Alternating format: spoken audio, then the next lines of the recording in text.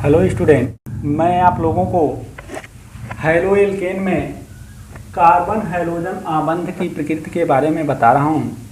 Hello alkene में carbon halogen आबंध जो होता है ध्रुवीय प्रकृति का होता है।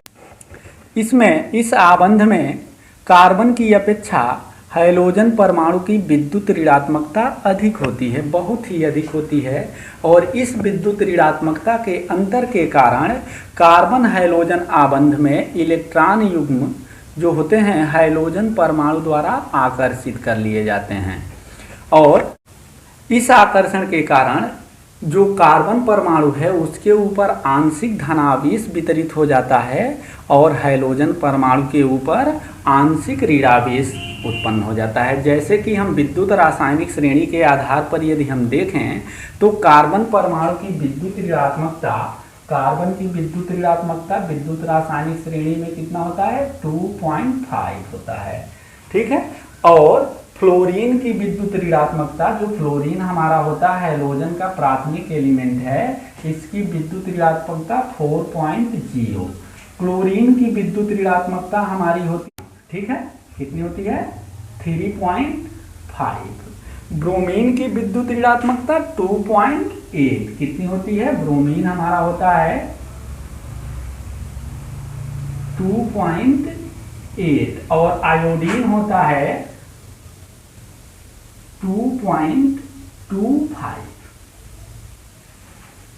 यदि हमारा देखें विद्युत ऋणात्मकता के अंतर के कारण तो इसका हमारा ऋणात्मक जो वैल्यू है 2.5 है और इसका 4 है। इसका मतलब क्या है कि यह हैलोजन परमाणु जो होते हैं कार्बन की अपेक्षा अत्यधिक जो होते हैं विद्युत ऋणात्मक होते हैं। और विद्युत ऋणात्मकता के अंतर के कारण जो हमारा पदार्थ विद्युत ऋणात्मक होता है वह आबंध में अपने जो शेयरिंग इलेक्ट्रॉन होते हैं उनको अपनी ओर आकर्षित करने की क्षमता रखता है। जैसे कि कार्बन की 4 संयोजकताएं होती हैं, अभी हम बताएं चारों में से कोई हाइड्रोजन परमाणु द्वारा, कोई एल्किल परमाणु द्वारा, कोई एल्किल समूह द्वारा और कोई हमारा हैलोजन द्वारा जुड़ा होता है। हमारे मान लेते हैं कि यह कार्बन परमाणु है और यह हैलोजन परमाणु है। जब कार्बन परमाणु हैलोजन परमाणु से जुड़ता है तो इस प्रकार के विद्युत ऋणात्मकता के अंतर के कारण कार्बन के ऊपर आंशिक धनावेश उत्पन्न हो जाता है, अर्थात C जो होता है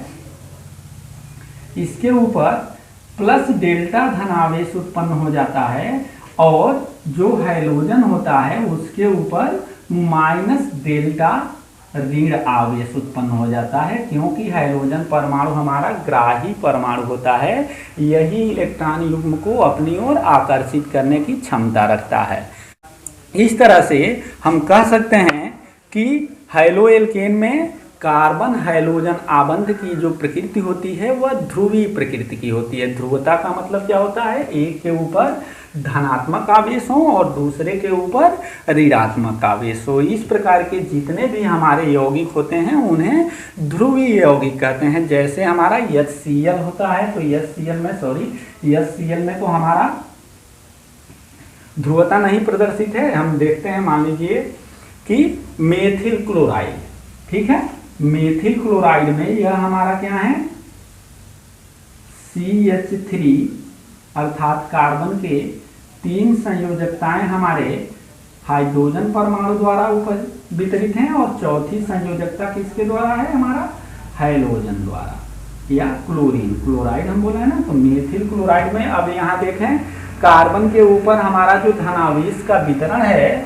वह कितना होगा 2.5 होगा। इस कारण से यह जो है धनावेशित परमाणु है और इसके ऊपर ऋणावेश का वितरण कितना है 3.5। यदि दोनों का अंतर देखा जाए तो लगभग 1.0 का अंतर जो है इन दोनों परमाणुओं के बीच में स्थापित हो रहा है। इसलिए इसके ऊपर प्लस डेल्टा धनावेश और इसके ऊपर माइनस डेल्टा ऋणावेश उत्पन्न होता है।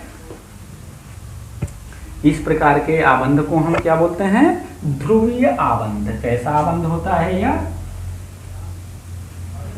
ध्रुवीय आबंध।